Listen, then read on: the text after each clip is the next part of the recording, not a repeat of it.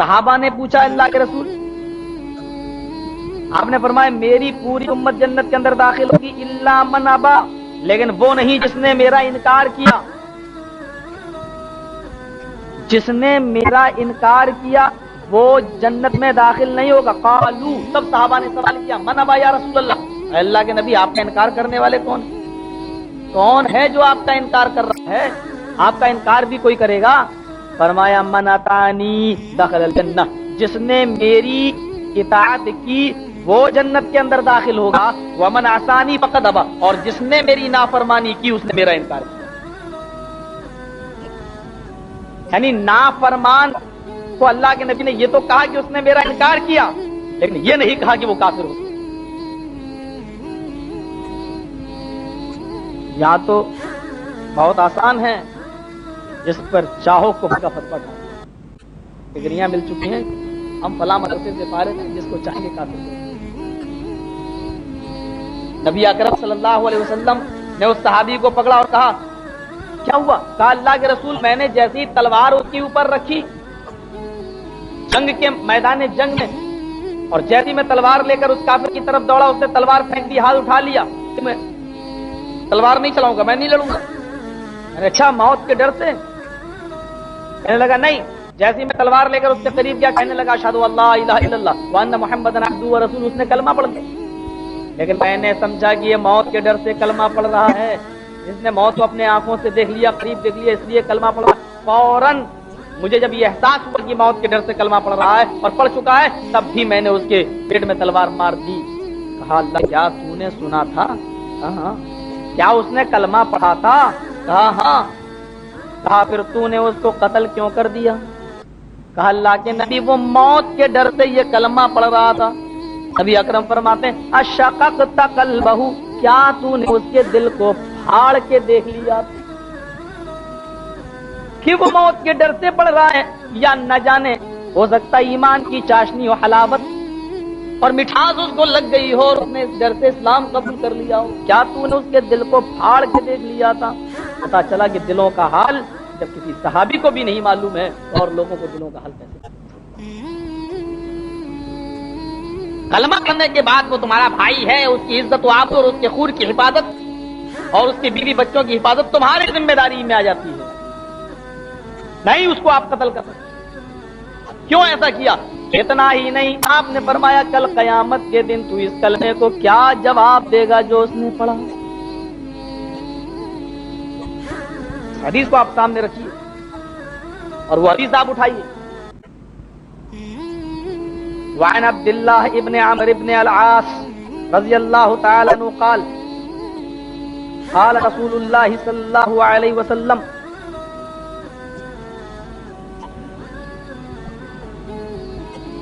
حضرت عبداللہ ابن عمرو ابن عاص فرماتے ہیں کہ اللہ کے نبی صلی اللہ علیہ وسلم نے فرمایا کہ میری امت پر وہی سب کچھ ہوگا ما اتا علی بنی اسرائیل، جو کچھ بھی بنی اسرائیل پر ہوا، میری امت بھی ان کے نقش قدم پہ چلے گی، اس نقش قدم پر بنی اسرائیل چلی۔ ازون نالی بن نال، جیسے دونوں جوتے برابر ہوتے ہیں ان میں کوئی چھوٹا اور بڑا نہیں ہوتا، ایسے ہی میری امت میں اور بنی اسرائیل میں کوئی فرق نہیں رہے گا،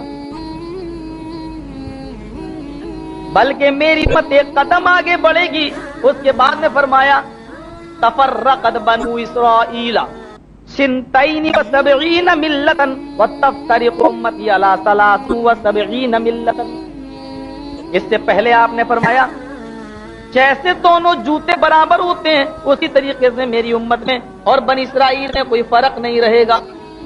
حتی ان کان منہم من اتی علی امہ علانیتا لکان من امتی من یصنع ذلک، حتی کہ بنی اسرائیل میں اگر کسی شخص نے اپنی ماں کے ساتھ اعلانیہ زنا کیا ہوگا، اپنی ماں کے پاس وہ اعلانیہ زنا کرنے آیا ہوگا، لکان من امتی من یصنع ذلک، تو میری امت میں بھی قیامت اس وقت تک نہیں آئے گی جب تک کہ میری امت میں بھی ایسے لوگ پیدا نہ ہو جائیں، وہ شخص بھی میری امت کا فرد بھی اپنی ماں کے ساتھ اعلانیہ زنا کرے گا۔ پھر آپ نے فرمایا تفرقت بنو اسرائیل علی سنتین و سبعین ملتا، بنی اسرائیل 72 فرقوں میں بٹ گئی تھی،